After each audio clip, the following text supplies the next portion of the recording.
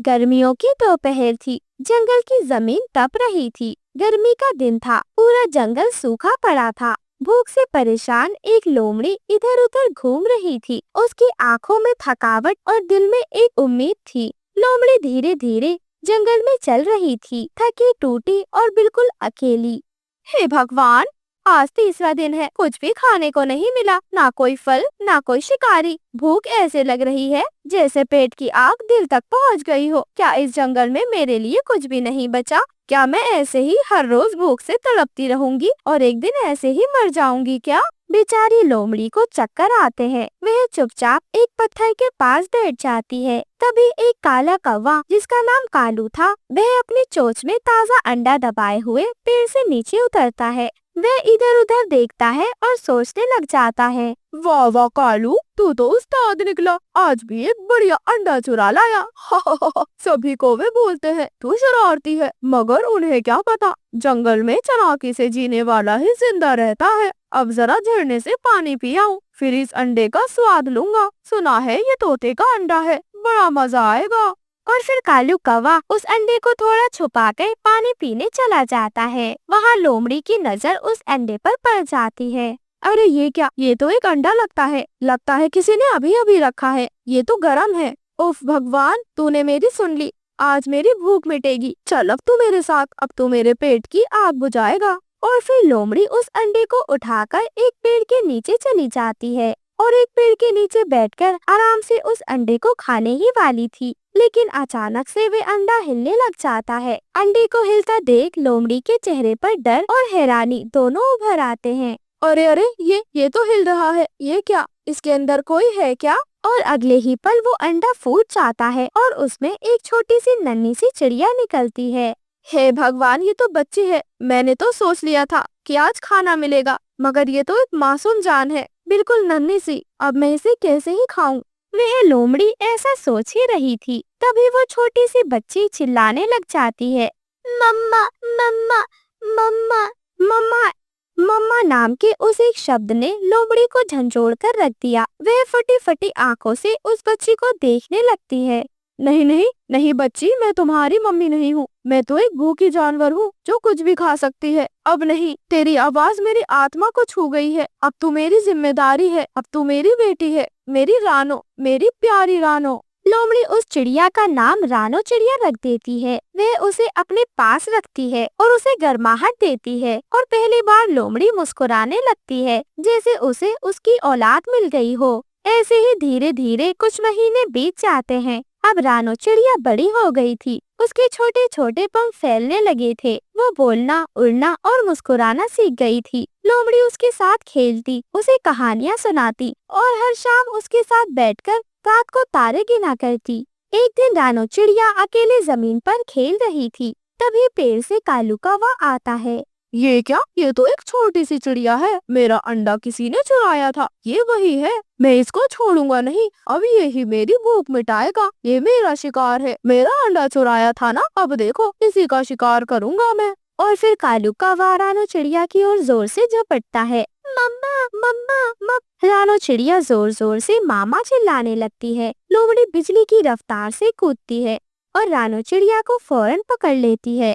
देख कालू, सुन मेरी बात, जिंदगी किसी की मिल्कियत नहीं होती। तूने जो चुराया उसे मैंने एक जिंदगी बनाया। मैंने भूख से लाचार होकर भी इस बच्ची को नहीं खाया, इसको पाला। तू सिर्फ एक चोर है और मैं एक माँ हूँ, और एक माँ की ममता से बड़ा कुछ भी नहीं होता। चुपचाप यहाँ से चला जा, वरना आज तू मेरा शिकार हो जाएगा। लेकिन कालू कौवा उसकी एक बात नहीं मानता। वह फौरन उस चिड़िया के ऊपर झपट्टा मारता है। लेकिन लोमड़ी को ये देखकर गुस्सा आ जाता है। वह फौरन कालू कौवे पर हमला कर देती है और अपने नुकीले दांतों से उसे दबोच लेती है। रानो बेटी, अब तो देख, तेरे ऊपर जो भी बुरी नजर डालेगा उसका यही अंजाम होगा। और फिर लोमड़ी कालू कौवे को मार देती है और उसे खा जाती है। बड़े दिनों से ऐसा शिकार नहीं मिला था। फल खा खा कर गुजारा कर रही थी। मजा आ गया आज तो। रानो चिड़िया फौरन लोमड़ी के गले लग जाती है। माँ, क्या मैं सच में आपकी बेटी हूँ?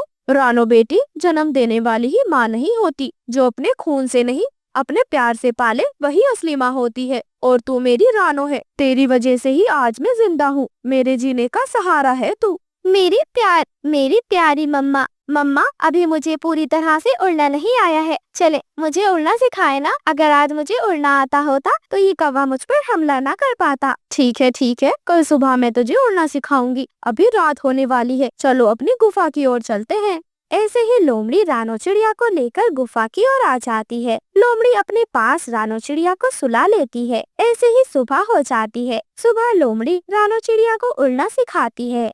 रानो चिड़िया भी पूरे दिल से उड़ना सीख रही थी।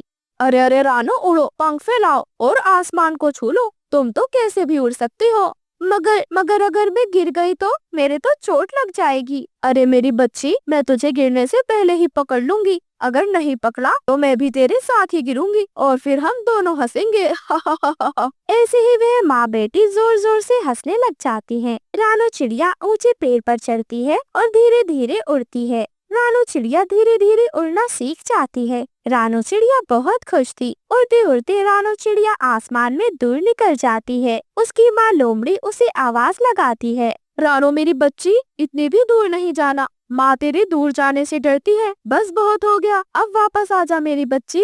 रानो चिड़िया अपनी माँ की बात को मानते हुए वापस आ जाती है। रानो चिड़िया ने अब उड़ना सीख लिया था। लोमड़ी माँ भी बहुत खुश थी। वे अपनी बेटी रानो को अपने गले से लगा लेती है। ऐसे ही वह माँ बेटी हमेशा हंसी खुशी रहने लग जाती हैं। प्यारे दोस्तों, इस कहानी से हमें सीख मिलती है कि सिर्फ जन्म देने वाली ही माँ नहीं होती। जो जीवन को सींचे, जो जान की बाजी लगाकर बचाए, वही असली माँ होती है। ममता की ताकत लालच और हिंसा के ऊपर नहीं हो। गौरी कवि का बेटा जग्गू बहुत शरारती था। गौरी ने तो जैसे उसको सर पे चढ़ा के रखा था।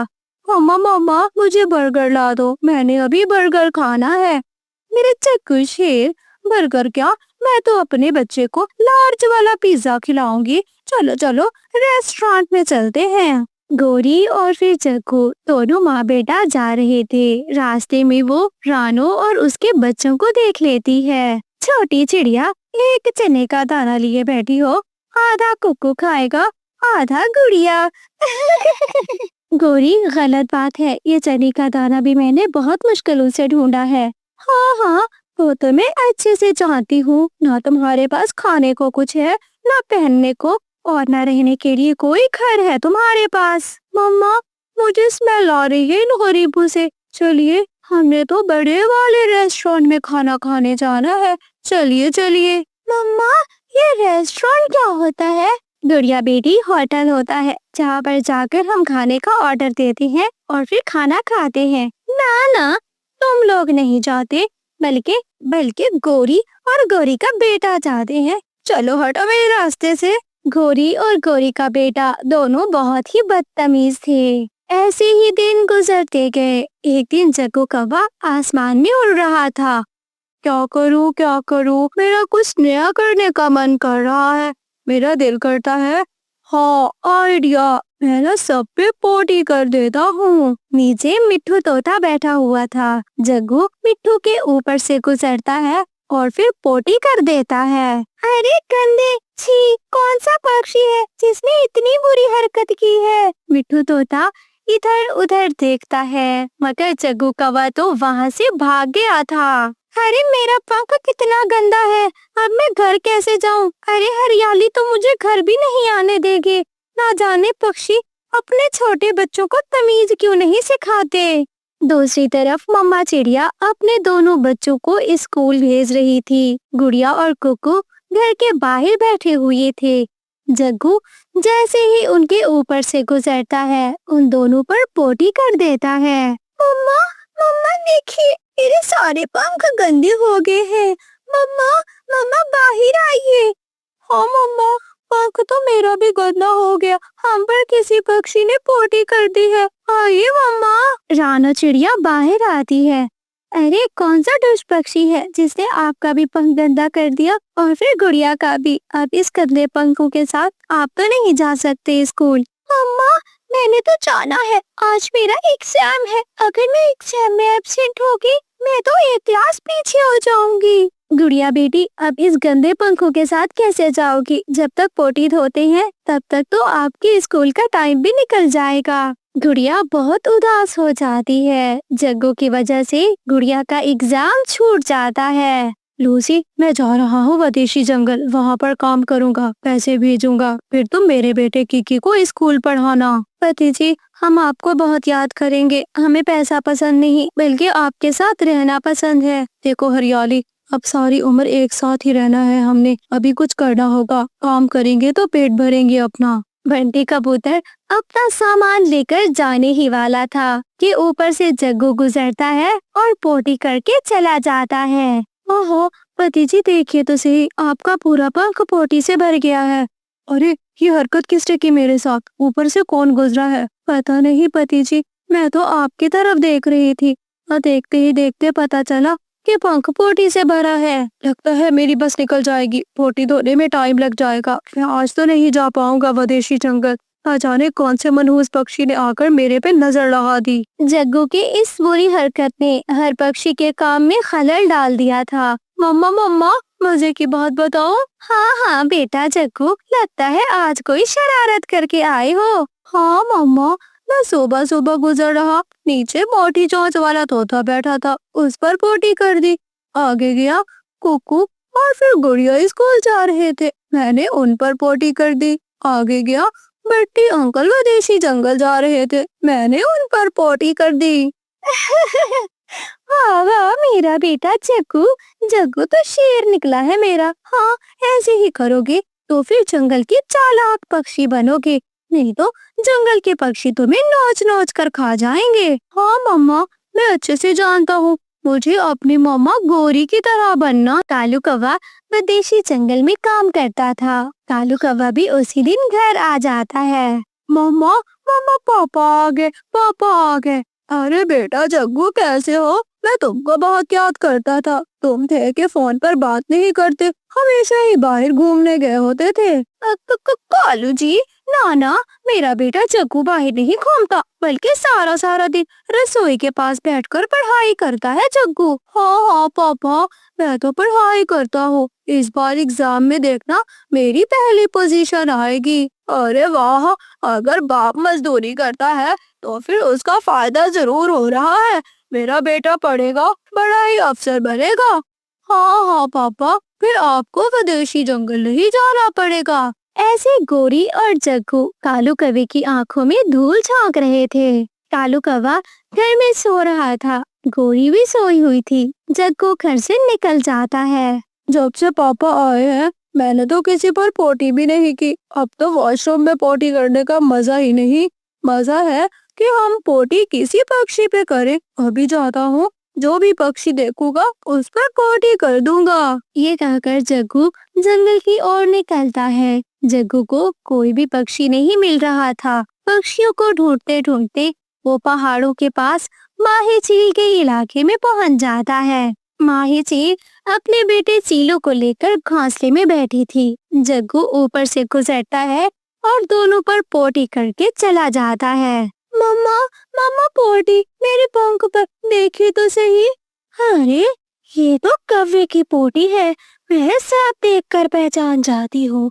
अभी जाती हूँ, देखती हूँ ये हरकत मेरे साथ किस कौवे ने की है। माही चील को बहुत गुस्सा आ जाता है और वो डंडा लेकर पीछे पीछे जाने लगती है। बहुत जल्द ही माही चील जग्गू कौवे को पकड़ लेती है। जी आंटी, आपने मुझे क्यों पकड़ा? मुझे जाने दीजिए। और जो मेरे पंख पे तूने पोटी की, मेरे बच्चे के पंख पे उसका हिसाब कौन देगा? माही चील जग्गू को पकड़कर उसके घर ले जाती है।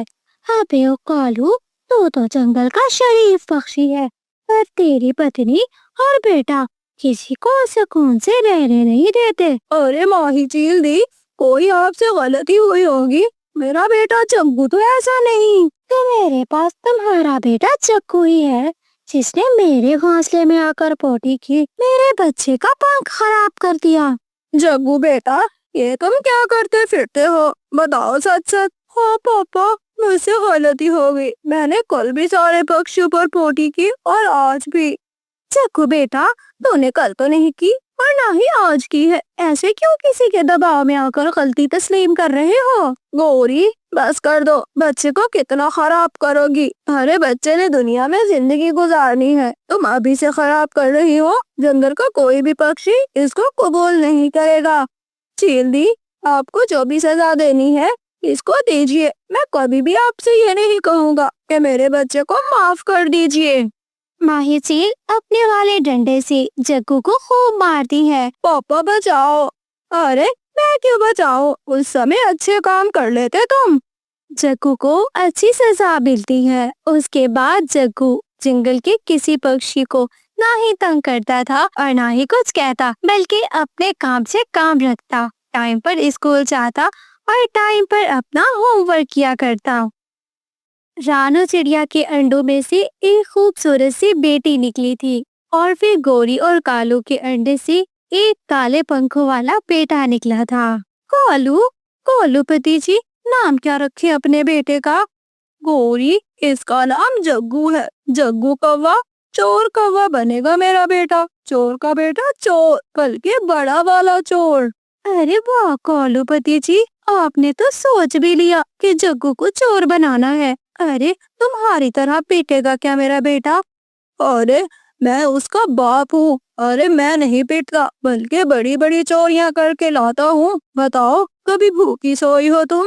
ना ना, भूखी तो कभी नहीं सोई, मगर इतना याद है कि 2 बार उस पाटी चोंच वाले तोते से पिट कर जरूर सोई थी मैं। अरे ये सब बातें याद नहीं करते, बल्कि भूल जाते हैं। हम खाते भी तो उन्हीं का दिया हुआ है ना, जो हमें पीटते हैं।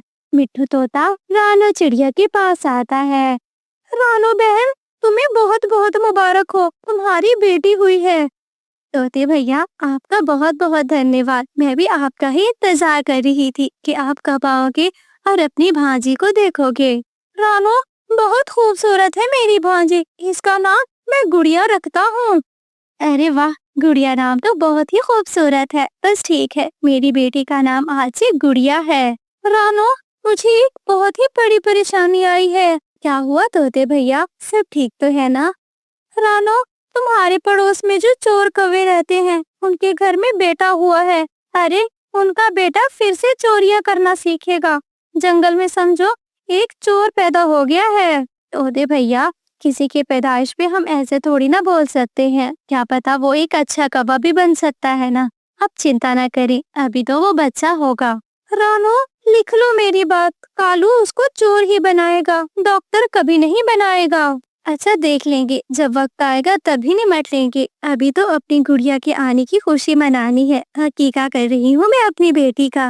अरे वाह रानो, ये तो बहुत ही खुशी की बात है। मैं हरियाली को लेकर आता हूँ, फिर एक साथ ही मनाएंगे। ऐसे ही दिन गुजरते के जैसे ही जग्गू बोलने वाला हो गया था, तो फिर एक दिन कालू उससे कहता है, जग्गू बेटा, आपको पता है आपके पापा चोर हैं। पापा, चोर क्या होता है? जग्गू, ये जो जंगल के दूसरे पक्षी हैं, ये दाना कमा कर लाते हैं। जब ये रात में सो जाते हैं, हम इनका दाना उठा कर ले आते हैं। और पापा, इनके दाने को हम क्या करते हैं? अबे बुद्धू जग्गू कहीं के, तुमको कितना समझाना पड़ेगा। बोला तो है, उनका कमाया हुआ दाना हम लाते हैं और फिर खुद खाते हैं। किसी को चोरी करना कहते हैं, और जो चोरी करता है उसको चोर कहते हैं। मगर पापा, ये तो गलत काम हुआ ना। अरे चुप करो, 2 लगाऊंगा तुम्हारे कान के नीचे। तुमने भी यही काम करना है।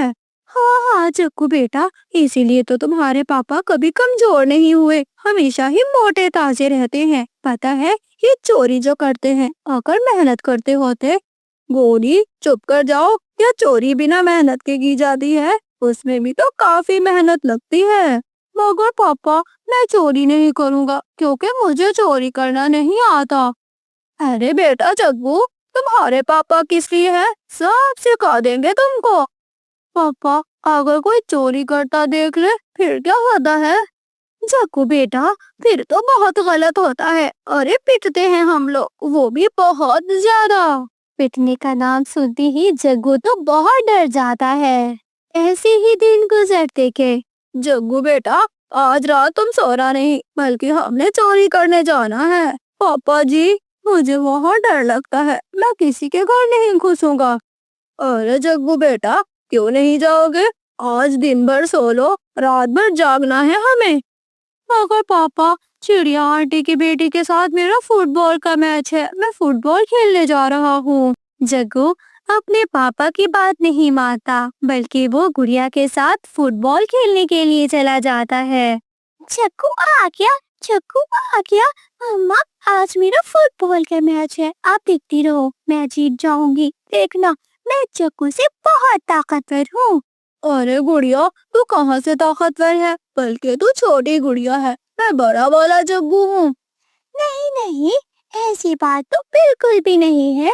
मम्मा कहती है कि वो दाना मेहनत से कमा कर लाती है, जो मैं खाती हूँ, और जो दाना आप खाते हो वो आपके पापा चोरी करके लाते हैं। और फिर ऐसा ही होता है, गुड़िया फुटबॉल का मैच जीत जाती है। याहू, मैं तो जीत गई। चक्कू, कल से मैंने स्कूल भी जाना है। मेरी मम्मा मुझे स्कूल छोड़कर आएगी और मैं पढ़ूंगी। बड़ी होकर मैं डॉक्टर बनूंगी। ये सब बोलकर गुड़िया वहाँ से चली जाती है। ये सारी बातें जग्गू के तो कानों में गूंज रही थी। गुड़िया डॉक्टर बनेगी, गुड़िया पढ़ेगी और अच्छा पक्षी बनेगी। क्या मैं ऐसे ही चोरियां करूँगा? पापा का दिया हुआ दाना, सबकी चोरी, गालियाँ खाऊंगा क्या मैं? परेशान होकर जग्गू अपने घर जाता है। पापा पापा, मैं भी पढ़ना चाहता हूँ। वो गुड़िया कल से स्कूल जा रही है। हाँ हाँ बेटा जग्गू, तुम्हारा उस्ताद तो मैं ही हूँ, मैं पढ़ाऊंगा अपने बच्चे को। चलो सो जाओ, रात भर जागना है हमको। क्या सच में पापा आप मुझे पढ़ाएंगे? हाँ मेरा बेटा जग्गू, सारे सबक पढ़ाऊंगा। अभी सो जाओ, रात भर पढ़ाई होगी तुम्हारी। जग्गू तो सचमुच पढ़ाई समझकर वो सो जाता है। रात में जग्गू उठ जाता है। मम्मा मम्मा, आप चुप करके सो जाए, मैं पापा से पढ़ने लगा हूँ। जग्गू बेटा, मैं अच्छे से जानती हूँ कि तुम्हारे पापा ने तुमको क्या पढ़ाना है। हाँ जग्गू बेटा, देखो जैसे ही शांति हो जाती है, सारे पक्षी सो जाएं, तो फिर चुपके से अपने घर से निकलते हैं और फिर घर की बत्ती बुझा देते हैं। अच्छा पापा, फिर कहाँ जाते हैं? जग्गू बेटा, सभी पक्षियों के घरों की खिड़की में से देखते हैं कि सभी सो गए हैं, और जो ज्यादा गहरी नींद में हो उनके घर घुस जाते हैं, उनके घर घुस जाते हैं और फिर चोरी करके भाग आते हैं। मगर पापा, मुझे आपसे कोई चोरी वाला सबक नहीं पढ़ना है, बल्कि मुझे स्कूल वाला सबक पढ़ना है। जग्गू, उठाऊंगा जूता, मारूंगा 100, गिनूंगा 1। चलो चलो मेरे साथ, हम अपना काम करने चलते हैं। कालू कौवा जबरदस्ती अपने बेटे जग्गू को लेकर वहाँ से चला जाता है।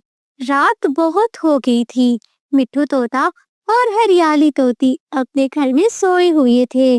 जग्गू बेटा, देखो ये घर मिट्ठू तोते का है। देखो सामने मिट्ठू तोता सो रहा है और उसकी पत्नी भी। मिट्ठू के घोंसले के पीछे सोने का संदूक है, हमको वो उठाना है। मगर पापा, मैं नहीं उठा सकता। जाओ जग्गू, तुम लेकर आओ, तुम्हारी हैंड प्रैक्टिस करवानी है मैंने। नहीं पापा, मैं चोरी नहीं करूँगा। जग्गू, जाते हो या नहीं? जग्गू अपने पापा के कहने पर जैसे ही आगे बढ़ता है, तभी मिट्ठू तोते के घोंसले को उसका पैर लग जाता है। मिट्ठू तोता और हरियाली तोती उठ जाते हैं। चोर चोर चोर घुस आए, मेरे घर में चोर घुस आए। मिट्ठू जी, चोर और तो कोई नहीं, ये कालू कौवा उसका बेटा जग्गू है। चोर चोर, मैं नहीं छोड़ूंगा। मिट्ठू तोता डंडा उठाता है और फिर जोर जोर से कालू और जग्गू को मारता है। दोनों को मार मार के अपने घर से भगा देता है। मम्मा मम्मा, मैं कहता भी था कि मैं चोरी नहीं करूँगा। आज भी मैं वही बात कर रहा हूँ कि मैं चोरी नहीं करूँगा, बल्कि मैं पढ़ना चाहता हूँ। मैं कल से स्कूल जाऊँगा। जग्गू बेटा, मैंने तुम्हारी बात नहीं मानी, मुझे माफ कर दो। मेरे चोरी वाले काम में तुम्हारी इज्जत नहीं बन सकती। मैं ये बात समझने में बहुत देर कर चुका हूँ। आप कल स्कूल जाना, आपके पापा कल से मेहनत मजदूरी पर जाएंगे। कालू जी, आपके इस फैसले से मैं कितनी खुश हूँ, मैं आपको बता भी नहीं सकती। मेरा बेटा जग्गू पढ़ेगा, एक अच्छा पक्षी बनेगा, जंगल में अपना एक अच्छा नाम होगा। कालू चोर, गोरी चोरनी, ये कम से कम सारे खिताब हट जाएंगे हमसे। ऐसे ही वो परिवार अच्छे काम करने का वादा करता है और फिर अपनी जिंदगी सुधारता है।